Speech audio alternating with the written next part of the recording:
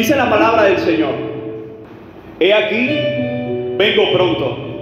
Bienaventurado el que guarda las palabras de la profecía de este libro. Cuando hablamos del fin del mundo, todas las personas de una manera u otra tienen algo que decir. Todas las personas de una manera u otra buscan en diferentes lugares, tienen diferentes pensamientos, pero nosotros sabemos que incluso en el área del estudio bíblico, el estudio del fin de las cosas tiene un nombre que viene de dos frases griegas, que es la escatología, que lo que significa es el estudio de las últimas cosas. Que hoy encontramos tres grandes problemas con este punto de vista. Cuando hablamos de la escatología, hay algunos que plantean la idea que son ese tipo de personas que ellos no estudian la escatología o el estudio de las últimas cosas, sino más bien ellos están enraizados en la escatomanía. ¿Cuál es la escatomanía? Es esa persona que tiene la obsesión por saber todos los detalles hasta lo más mínimo, llegando esto a ser incluso enfermizo. Es esa persona que quiere saber todo detalle desde el más mínimo, pero pierde las ideas generales y las principales. Está también lo que se conoce, que hay otro grupo en este tipo de pensamiento, es la escatofobia. Hay personas que no quieren saber nada del futuro. Hay personas que no quieren leer Apocalipsis. Hay personas que no quieren saber de los sucesos que están por venir por el miedo que eso ha provocado en muchos. Hay otro grupo que se conoce como la escatocleisto, que son aquellos que escato es lo último y cleisto lo cerrado. Aquellos que ya tienen un punto de vista teológico en cuanto a los eventos finales y no lo cambian por nada, e incluso creen que los hermanos que tienen otro punto de vista no son ni cristianos. Pero el deseo, por medio de esta exposición nuestra, lo que queremos compartir hoy son 4 verdades generales de los eventos finales. 4 verdades que se pudiera decir son irrefutables, aunque no voy a entrar en detalles de alguna de las escuelas de pensamiento sobre los últimos tiempos. Yo quiero hablar de esas 4 verdades que todo creyente, crea que el milenio es literal o crea que el milenio es simbólico, crea que los acontecimientos de los últimos tiempos cada vez están más cerca, o crean que ya estamos, ¿verdad?, enfrentando esa última etapa. Independientemente de su punto de vista, independientemente de cuánto tiempo usted lleve en el evangelio, lleve meses o lleve 20, 30, 40, 50 años, creo que estos son 4 verdades que todos los creyentes ortodoxos, que todos los creyentes serios en la palabra de Dios estaremos de acuerdo. Claro que hay muchos detalles en los que las mentes de buenos cristianos, y ojo con esto, hay muy buenos cristianos que tienen un estilo de pensamiento premilenial, y eso no dice que ellos no sean creyentes. Hay muy buenos cristianos que tienen un estilo de pensamiento milenial, y eso no significa que no sean creyentes. Ahora, si hablamos de los últimos tiempos, yo creo que hay 4 verdades que voy a hablar rápidamente sobre lo que usted y yo no podemos perder de vista. Y son esas 4 verdades que nos darán más fuerzas a seguir esperando al Cordero deseado. La primera gran verdad que podemos compartir es: Jesús vendrá otra vez en forma visible y corporal para consumar su reino eterno. La vuelvo a repetir: Jesús vendrá otra vez en forma visible y corporal para consumar su reino eterno. Todo creyente está de acuerdo en esta verdad. Él viene otra vez. Hay muchos que no lo esperan. Hay muchos que incluso creen que el Mesías todavía no ha venido ni por primera vez. Pero podemos ver el testimonio bíblico de la segunda venida de Cristo en diferentes testigos de la Biblia, y lo voy a leer rápido. El primer testigo de la segunda venida de Cristo es el mismo Jesús. Dice la palabra en Mateo 24, 27 al 31: porque como el relámpago que sale del oriente y se muestra hasta el occidente, así será también la venida del Hijo del Hombre. Porque donde quiera que estuviera el cuerpo muerto, allí se juntarán las águilas. E inmediatamente después de la tribulación de aquellos días, el sol se oscurecerá, la luna no dará su resplandor, y las estrellas caerán del cielo, y las potencias de los cielos serán conmovidas. Entonces aparecerá la señal del Hijo del Hombre en el cielo, y entonces lamentarán todas las tribus de la tierra, y verán al Hijo del Hombre viniendo sobre las nubes del cielo con poder y gran gloria. Y enviará a sus ángeles con gran voz de trompeta, y juntarán a sus escogidos de los cuatro vientos, desde un extremo del cielo hasta el otro. Es el mismo Jesús el que declara que Él viene otra vez. Es el mismo Jesús el que declara que Él no ha abandonado a su iglesia. Es el mismo Cristo el que confiesa que así como Él va al Padre, Él viene una vez más por su iglesia. Segundo testigo que vemos en la palabra del Señor son los ángeles.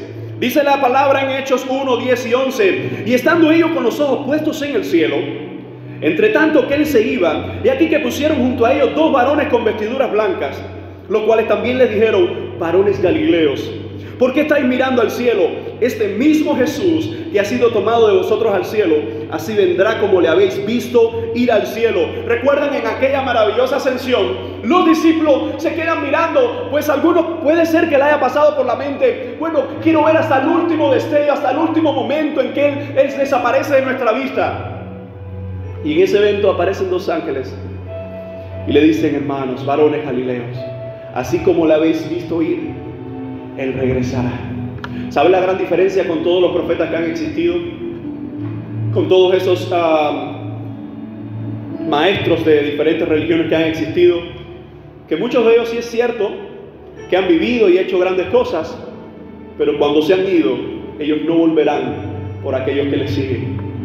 Pero Jesucristo, el Rey de Reyes, el Alfa y el Omega, principio y fin, Señor de señores, Él mismo, como ascendió a los cielos, ¿verdad?, y regresó al Padre, viene por nosotros. Esta es una verdad que nunca la iglesia debe olvidar. Otro de los testigos es el mismo apóstol Pablo. Dice en 1 Tesalonicenses 4, verso 13 al 18: tampoco queremos, hermanos, que ignoréis acerca de los que duermen, para que no os entristezcáis como los otros que no tienen esperanza.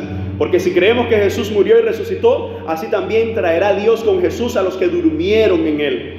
Por lo cual os decimos esto en palabra del Señor, que nosotros que vivimos, que habremos quedado hasta la venida del Señor, no precederemos a los que durmieron, porque el Señor mismo con voz de mando, con voz de arcángel y con trompeta de Dios descenderá del cielo, y los muertos en Cristo resucitarán primero. Luego nosotros los que vivimos, los que hayamos quedado, seremos arrebatados juntamente con ellos en las nubes para recibir al Señor en el aire, y así estaremos siempre con el Señor.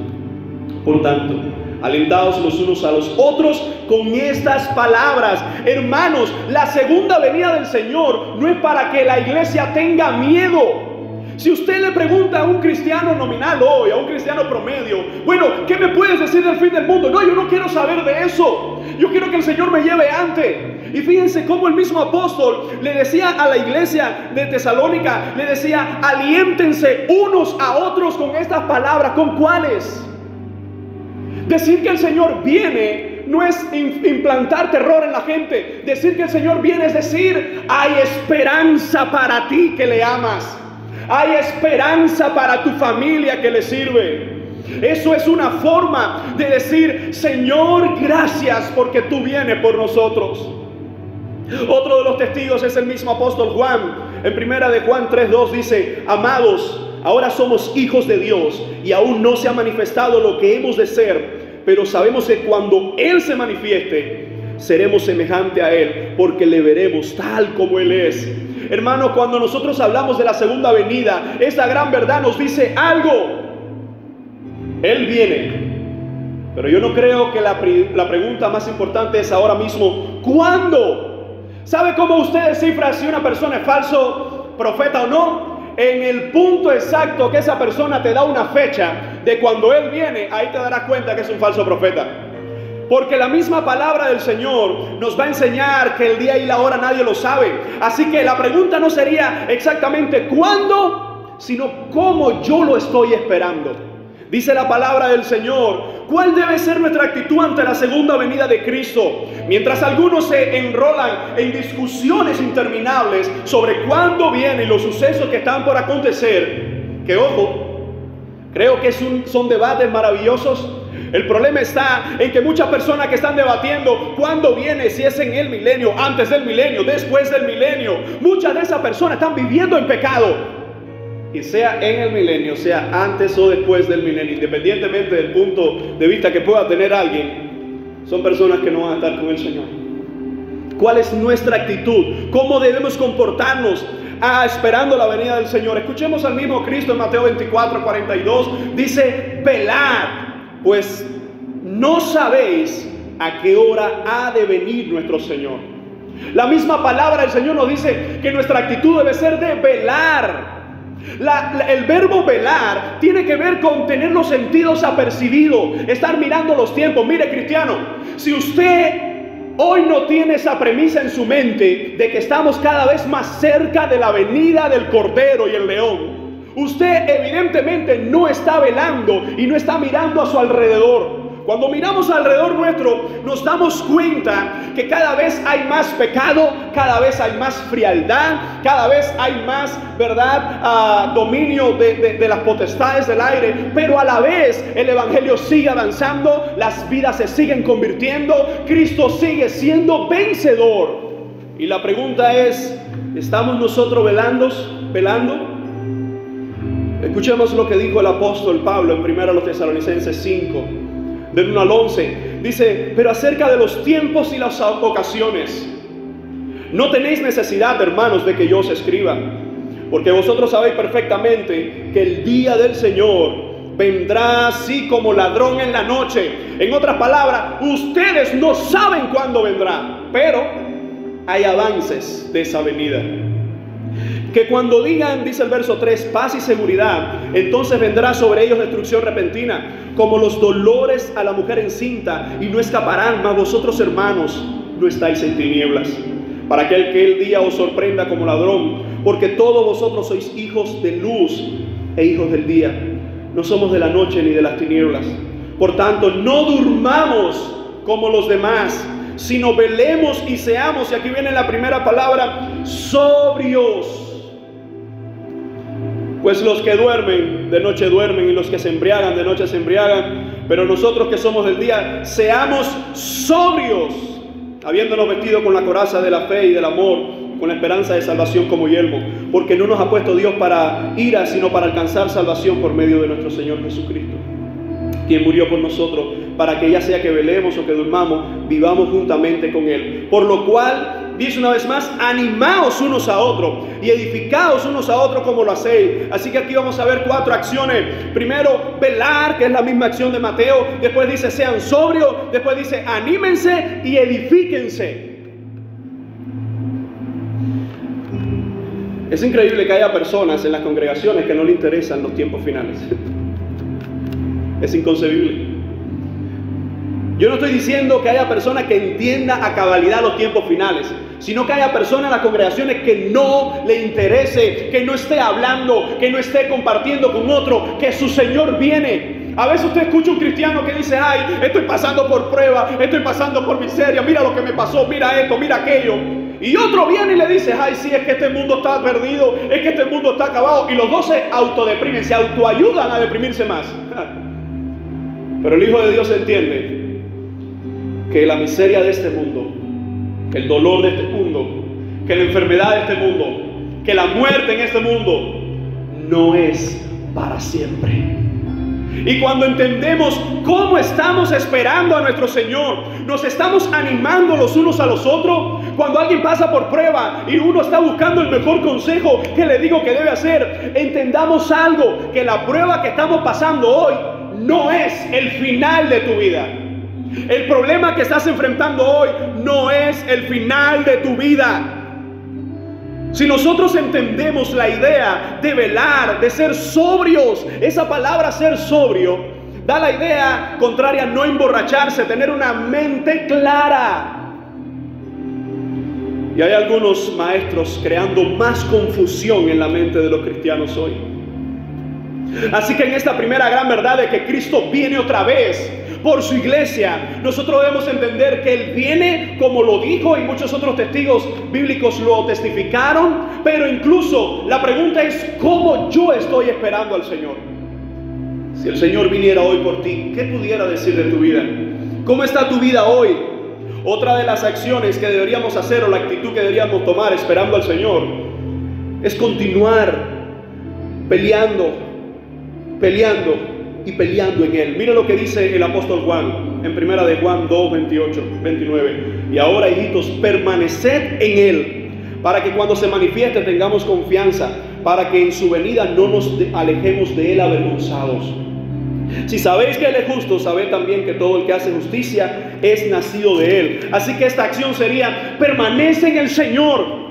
Pastor, pero hoy estoy pasando por cada situación en mi vida. Hoy estoy enfrentando cada situación con mi familia. Quizás mis hijos están lejos. Quizás mi matrimonio está en la peor crisis. Escucha, permanece peleando en Cristo. ¿Sabe por qué?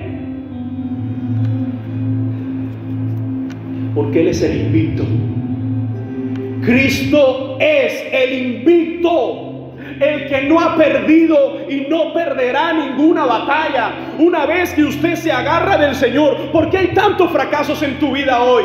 Porque has querido muchas veces pelear tus batallas a tu manera. Y cuando un hombre, cuando una mujer, cuando una familia se rinde a la manera de Dios, a la voluntad de Dios, llora, sufre, tiene dudas, pero en medio de eso experimenta el gozo de saber que cuando Dios está al control, las cosas en el tiempo de Dios, no en el nuestro, van a salir mejor.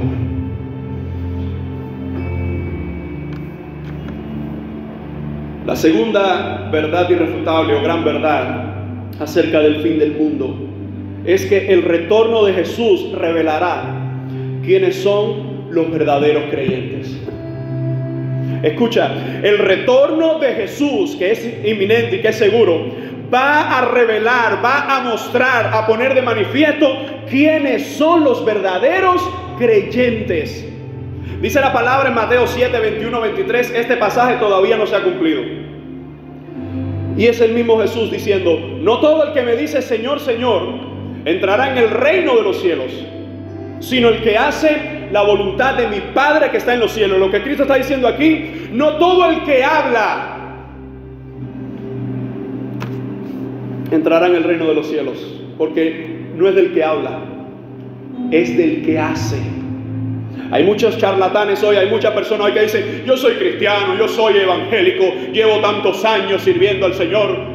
Bueno, mire, para este grupito que tiene una doble vida, dice: muchos me dirán aquel día, todavía no ha acontecido, pero dice: muchos me dirán aquel día, Señor, Señor, ¿no profetizamos en tu nombre? ¿Y en tu nombre echamos fuera demonios?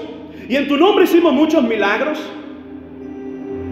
Y entonces les declararé: nunca os conocí, apartaos de mí, hacedores de maldad.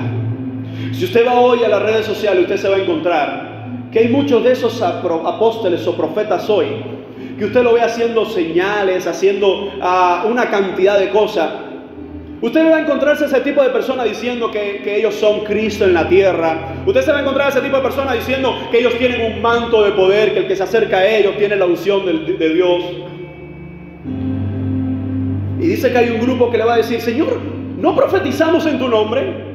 Señor, en tu nombre no echamos fuera demonios. En tu nombre no hicimos muchos milagros. Ellos lo que le van a preguntar al Señor: en tu autoridad, bajo tu sustento, bajo tu aprobación, ¿no hicimos muchos milagros? Hay cristianos hoy que prefieren ver señales, que prefieren ver, ¿verdad?, el show. Pero ¿sabe cuántos ladrones y cuántos mentirosos hay hoy en la tierra predicando a nombre de Cristo?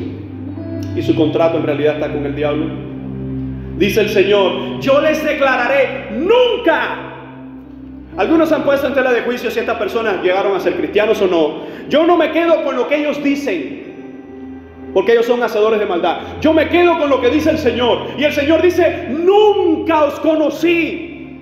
Lo que ustedes están diciendo, aunque ustedes crean que lo estaban haciendo bien, dice: nunca fue conmigo. ¿A quién está siguiendo hoy? ¿A quién está siguiendo hoy? ¿A los hombres? ¿O está siguiendo a Cristo?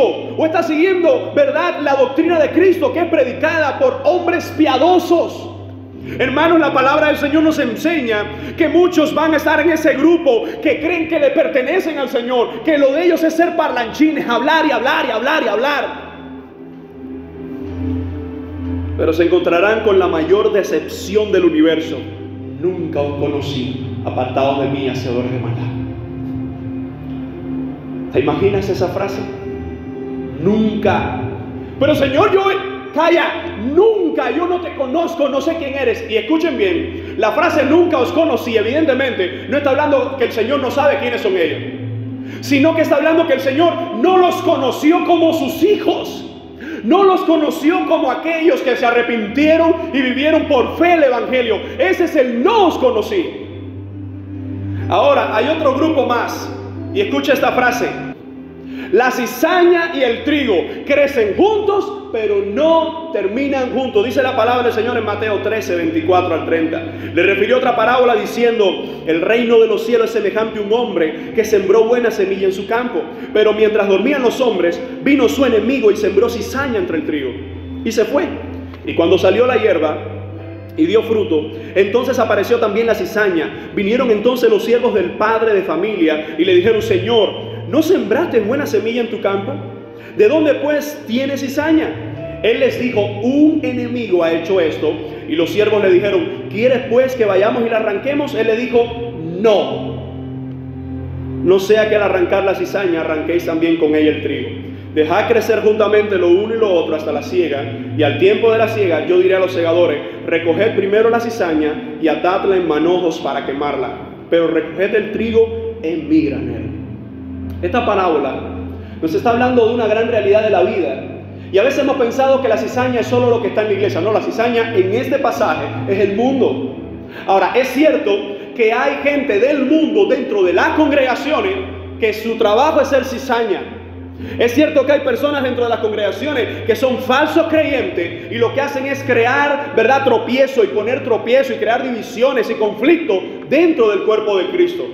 Ahora, lo que la palabra nos dice, es increíble que si usted tiene la oportunidad de ver una cizaña, cómo está, cómo es su formación, usted se va a dar cuenta que cuando usted pone una al lado de la otra, la cizaña y el trigo, increíblemente son tan parecidas.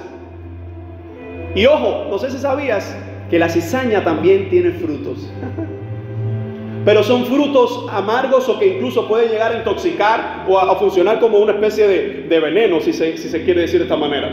Así que lo que está diciendo el Señor, que la cizaña y el trigo crecen juntos, el verdadero con el falso crecen juntos, y escucha, y el falso no va a ser quitado de este mundo. El falso al final del tiempo será arrojado entonces al lugar de condenación. Hay muchas personas en las congregaciones. Hay muchas personas en las congregaciones que su propósito es tratar de destruir el cuerpo de Cristo, levantar mal testimonio. Pero la pregunta es: ¿acaso puede la cizaña contaminar el trigo? ¿Acaso puede el diablo destruir el propósito de la iglesia? Escucha, la respuesta es sencilla: jamás. Aunque la cizaña y el trigo crecen juntos, ellos no van a terminar juntos. Sigue siendo fiel a Dios, creyente. Sigue siendo fiel al Señor. Pastor, y esos testimonios de esos pastores que han hecho atrocidades, de esos cristianos que han hecho tantas y tantas cosas, que han traído mal testimonio a la iglesia. Escucha, Dios juzgará a cada uno de acuerdo a lo que ha hecho. Pero tú sé fiel. El verdadero creyente conoce y obedece a Cristo. Dice la palabra en 1 de Juan 2, del 3 al 6. Y en esto sabemos que nosotros le conocemos, si guardamos sus mandamientos. El que dice yo le conozco y no guarda sus mandamientos, el tal es mentiroso y la verdad no está en él. Pero el que guarda su palabra, en este verdaderamente el amor de Dios se ha perfeccionado. Por eso sabemos que estamos en él. El que dice que permanece en él debe andar como él anduvo. ¿Cómo saber quién es el verdadero? El Señor nos llama a poder discernir quién es el creyente genuino. Pero ese llamado debe ser tuyo principalmente. Eres tú quien tienes que decir hoy: ¿cómo está mi vida con el Señor? ¿Acaso soy yo un verdadero hijo de Dios? Porque no es suficiente decir que le conocemos.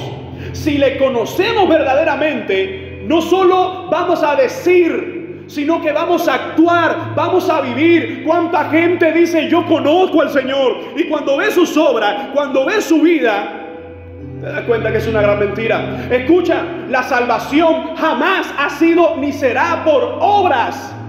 Pero los verdaderos salvos obran testificando de lo que Dios ha hecho en su vida. Así que cuando nosotros vemos esta gran verdad de que el Señor en su segunda venida va a revelar quiénes son los verdaderos creyentes, tenemos que tener paz en el Señor, seguridad en el Señor, pero seguir creciendo en santidad. No conformarnos con los deleites de la vida, no conformarnos, ¿verdad?, con los pecados. Si usted ha fallado hoy hay perdón para el Señor. Si estás siendo tentado en un área de tu vida, el Señor también te dice en su palabra que en Él puedes encontrar reposo, que en Él puedes encontrar seguridad, que en Él puedes encontrar fuerzas. Tercera gran verdad de el fin del mundo.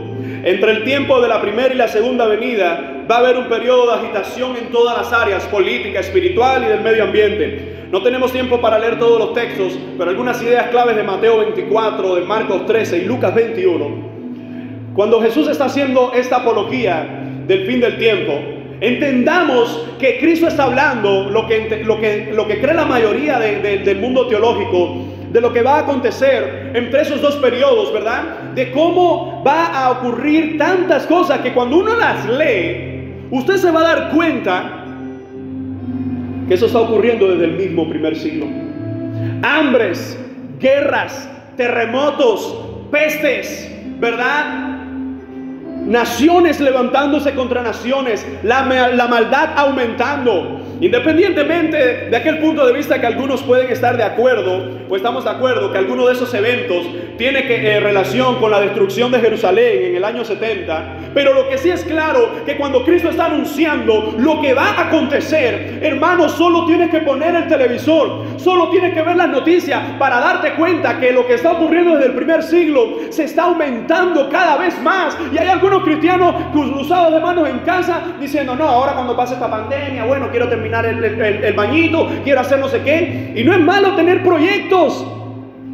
El problema es que hay muchos creyentes que están viviendo de tal manera como si Cristo jamás fuese a regresar. Otro de los acontecimientos que revela, que muestra esa agitación espiritual es, como la Biblia declara, el anticristo o el hombre de pecado. Dice que se va a levantar antes de la segunda venida. No vamos a caer en este punto, pues como le estoy mencionando, son verdades irrefutables, ¿verdad?, que la gran mayoría de los cristianos creemos. Quizás en otras conferencias o en otros temas hablaremos de algún punto de vista o nuestro punto de vista particular. Pero lo que está claro, y todos los creyentes estamos de acuerdo, es como dice la palabra del Señor en 1 de Juan 2, 18 al 22. Dice: hijitos, ya es el último tiempo. Y según vosotros oísteis que el anticristo viene, así ahora han surgido muchos anticristos. Juan está escribiendo esto allá por el año 85 o el año 90, según se cree. Y lo interesante es que ya desde aquel momento se estaba agitando el mundo espiritual y muchos anticristos habían salido. Y dice: por esto conocemos que es el último tiempo. Salieron de nosotros, pero no eran de nosotros. Porque si hubiésemos sido de nosotros, habrían permanecido con nosotros. Pero salieron para que se manifestase que no todos son de nosotros. Pero vosotros tenéis la unción del Santo y conocéis todas las cosas. No os he escrito como si ignoraseis la verdad, sino porque la conocéis y porque ninguna mentira procede de la verdad. ¿Quién es el mentiroso sino el que niega que Jesús es el Cristo? Ese es anticristo, el que niega al Padre y niega al Hijo. Ahora, en cuanto a esto, está claro que ya hay muchos desde el primer siglo hasta incluso nuestros días que se han levantado y se siguen levantando como esos anticristos. Pero según se cree en este texto, todavía no se ha revelado ese personaje final, que algunos creen que es una organización, que algunos creen que es un personaje. ¿Saben a cuánto le han puesto el término de anticristo? No le voy a decir, pero hay muchos personajes de muchos países que se le ha puesto: ese es el anticristo, ese es el anticristo, y al pasar unos años más se dan cuenta que no es ese. Ahora mire cómo dice 2 Tesalonicenses 2, del 3 al 8: nadie os engañe en ninguna manera, porque no vendrá sin que antes venga la apostasía y se manifieste el hombre de pecado, el hijo de perdición, el cual se opone y se levanta contra todo lo que se llama Dios o es objeto de culto, tanto que se sienta en el templo de Dios como Dios, haciéndose pasar por Dios. ¿No os acordáis que cuando yo estaba todavía con vosotros os decía esto?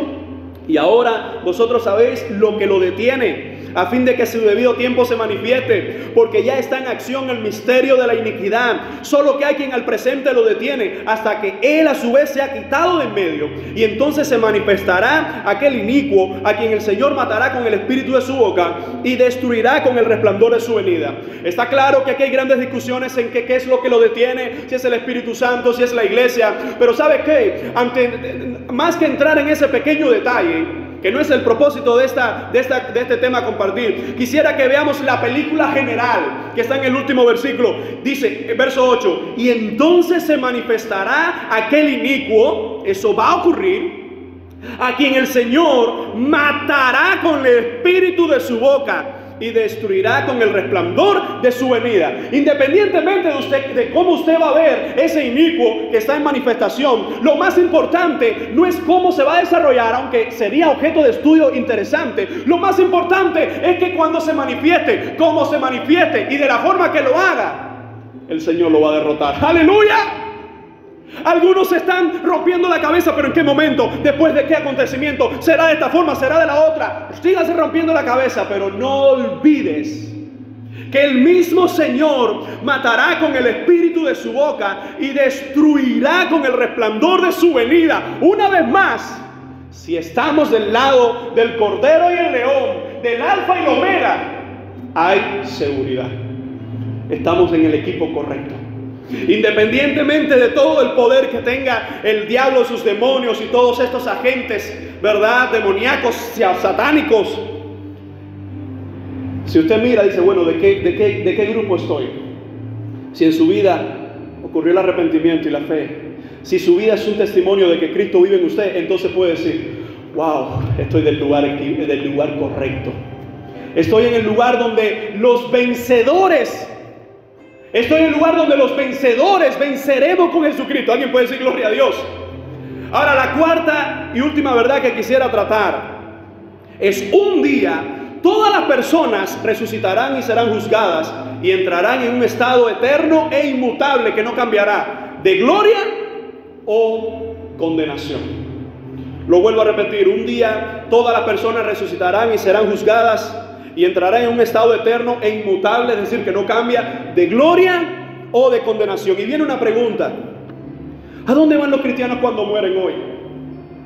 Dice la palabra del Señor en Filipenses 1:21. Pablo responde eso: porque para mí el vivir es Cristo y el morir es ganancia. Mas si el vivir en la carne resulta para mí en beneficio de la obra, no sé entonces qué escoger. Porque de ambas cosas estoy puesto en estrecho, teniendo deseo de partir y estar con Cristo, lo cual es muchísimo mejor, pero quedar en la carne es más necesario por causa de vosotros. Pablo declara que si él moría, él sabía a dónde iba a ir. Fíjense cómo dice, es mi deseo, dice, teniendo deseo de partir y estar con Cristo, que es muchísimo mejor. La idea que Pablo tiene enrolada aquí en la palabra partir, la palabra griega que es analuo, significa literalmente, o da la idea literalmente de soltar las amarras. Fíjense cómo Pablo se veía en esta vida. Así como el barco está en el puerto, tiene que soltar las amarras, ¿verdad?, para que parta a su destino. Y Pablo decía: tengo deseo de soltar las amarras de esta vida. Qué interesante que hay cristianos en el otro punto de vista, y no cristianos también en el otro punto de vista, que lo que cada vez están aferrándose más a la vida. Y aferrándose más a la vida.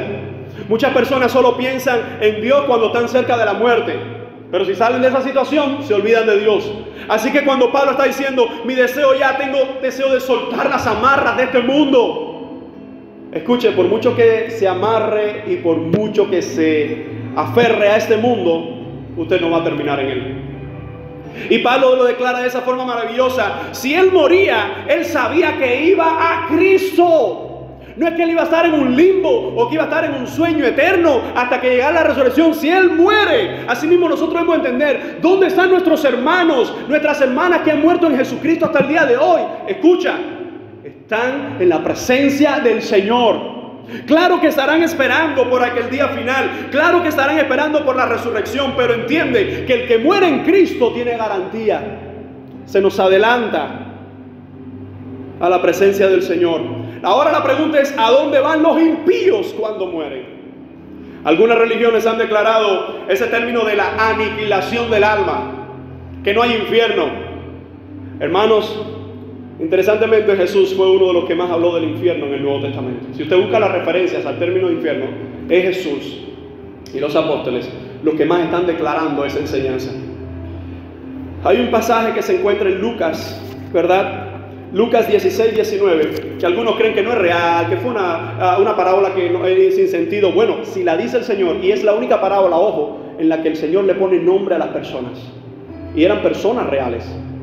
Dice el texto en Lucas 16, verso 19. Había un hombre rico que se vestía de púrpura y de lino fino y hacía cada día banquete con esplendidez. Había también un mendigo llamado Lázaro que estaba echado a la puerta de aquel, lleno de llagas, y ansiaba saciarse de las migajas que caían de la mesa del rico, y aún los perros venían y le lamían las llagas. Aconteció que murió el mendigo y fue llevado por los ángeles al seno de Abraham. Y murió también el rico, el cual fue sepultado. Y en el Hades alzó sus ojos, estando en tormentos, y vio de lejos a Abraham y a Lázaro en su seno. Entonces él, dando voces, dijo: Padre Abraham, ten misericordia de mí. Esta es la primera petición que hace este Señor. Y envía a Lázaro para que moje la punta de su dedo en agua y refresque mi lengua, porque estoy atormentado en esta llama. Pero Abraham le dijo: Hijo, acuérdate que recibiste tus bienes en tu vida, y Lázaro también males, pero ahora este es consolado aquí y tú atormentado.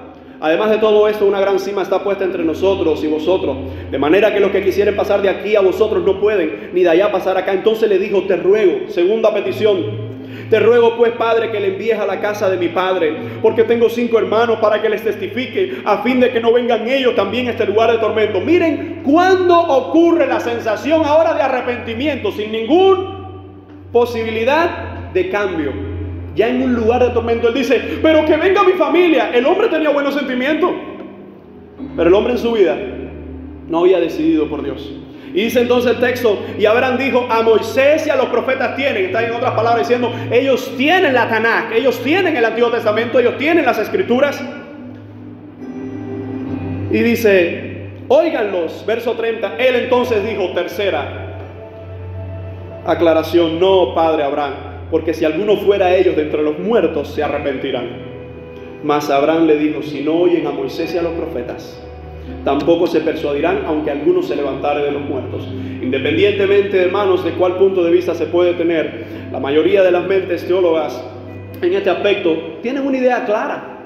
El que se muere sin Cristo va a un lugar de condenación.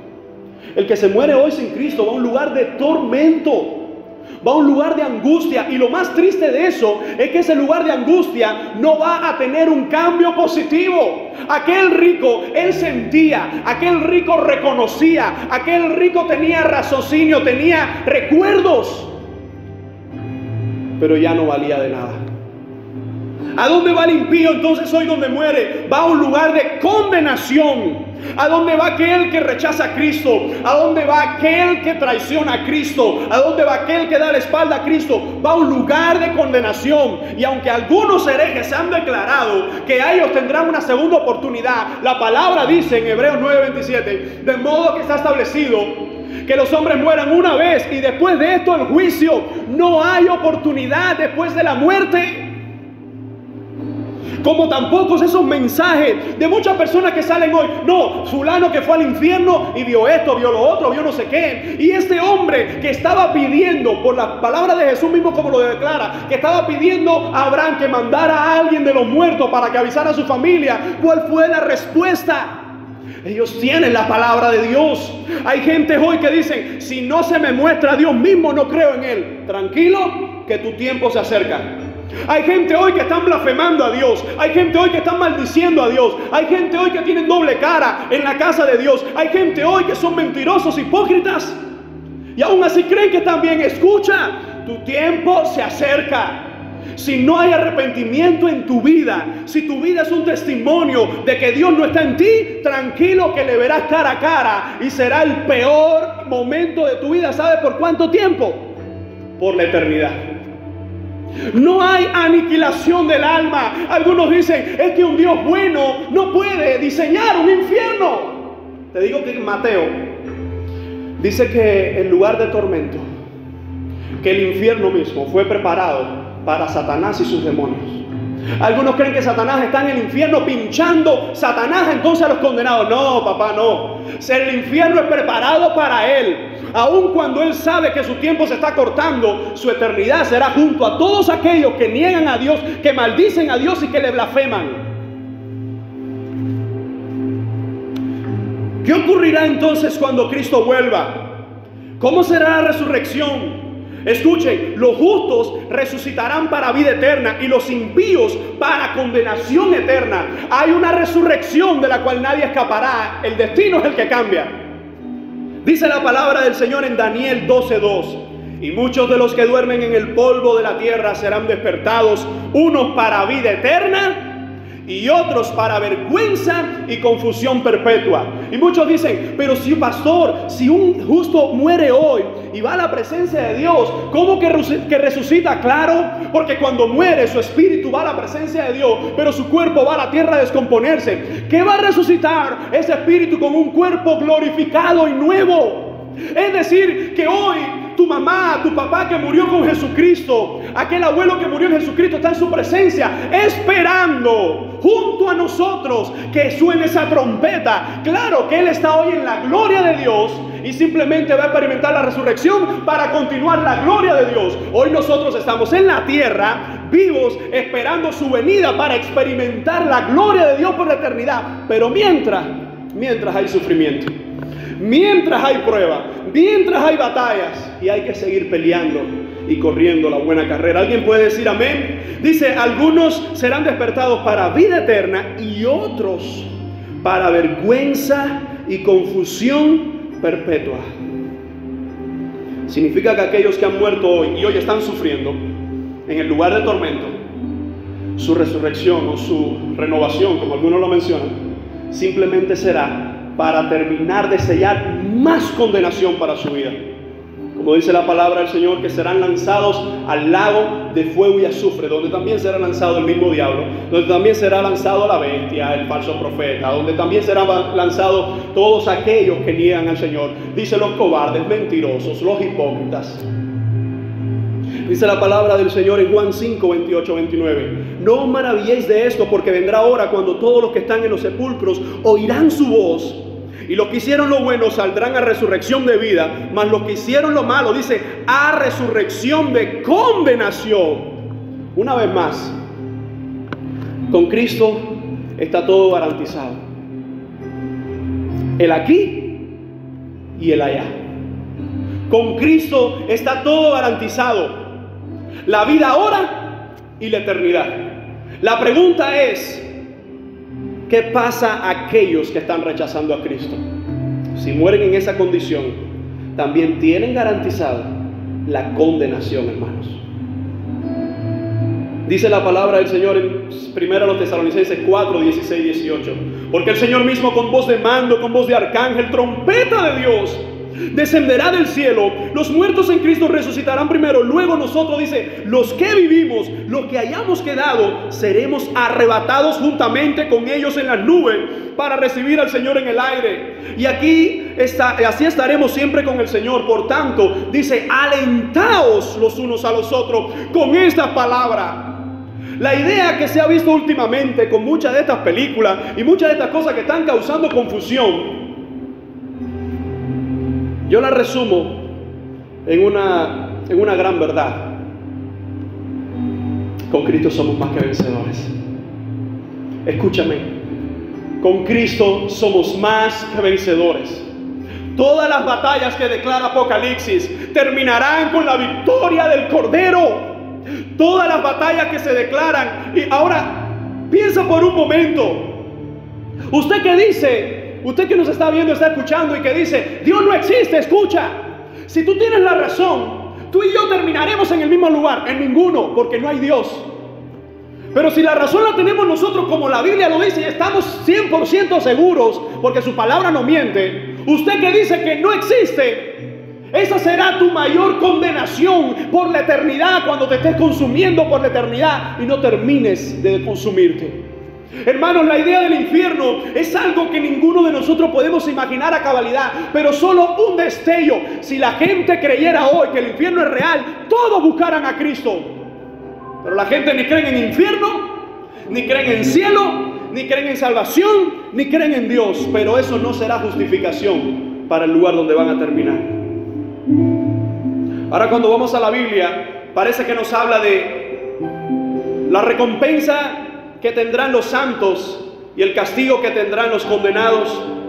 Como dice la palabra del Señor en Mateo 11, 21, 24: ay de ti, Corazín, ay de ti, Betsaida, porque si en Tiro y en Sidón se hubieran hecho los milagros que han sido hechos en vosotras, tiempo ha que se hubieran arrepentido en silicio y ceniza. Por tanto os digo que en el día del juicio será más tolerable el castigo para Tiro y para Sidón que para vosotras.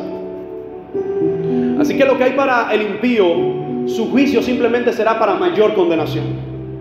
Pero lo que hay para el justo, nuestro juicio será simplemente para recompensa. Dicen en 1 Corintios 3, 14 y 15: si permaneciere la obra de alguno que sobreedificó, recibirá recompensa. Si la obra de alguno se quemare, él sufrirá pérdida, si bien él mismo será salvo, aunque así como por fuego. La idea es que, escucha, en el juicio no se va a determinar si vas a ir al cielo, si vas a ir al infierno. En el juicio sencillamente se va a determinar cuánta recompensa recibes de parte de Dios. Y ya el simple hecho de ser salvo es la mayor recompensa.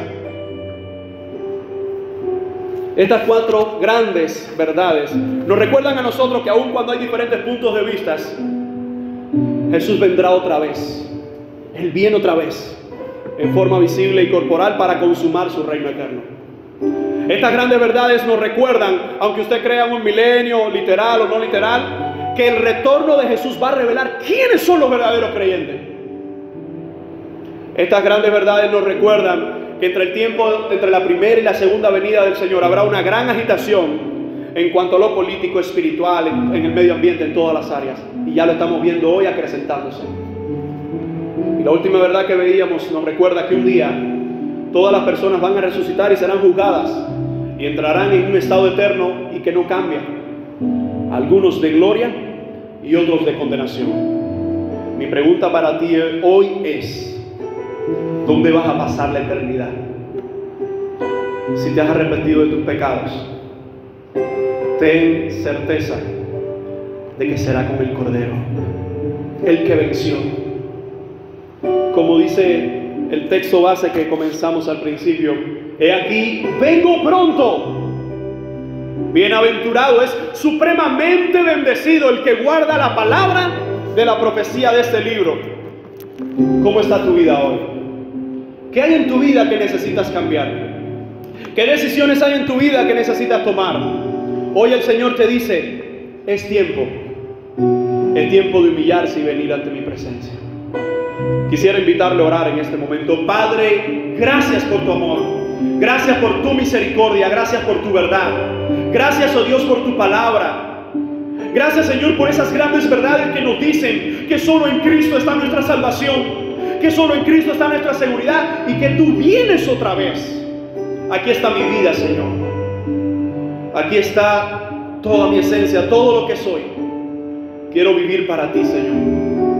Quiero vivir en santidad para ti, sabiendo que mi seguridad está en Cristo, sabiendo que si fallo tengo oportunidad y tengo arrepentimiento en tu presencia.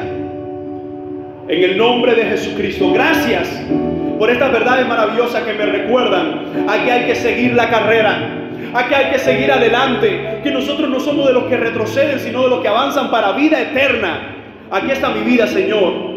En tus manos estamos. Te damos gracias, te damos gloria y te decimos, Padre, amén y amén.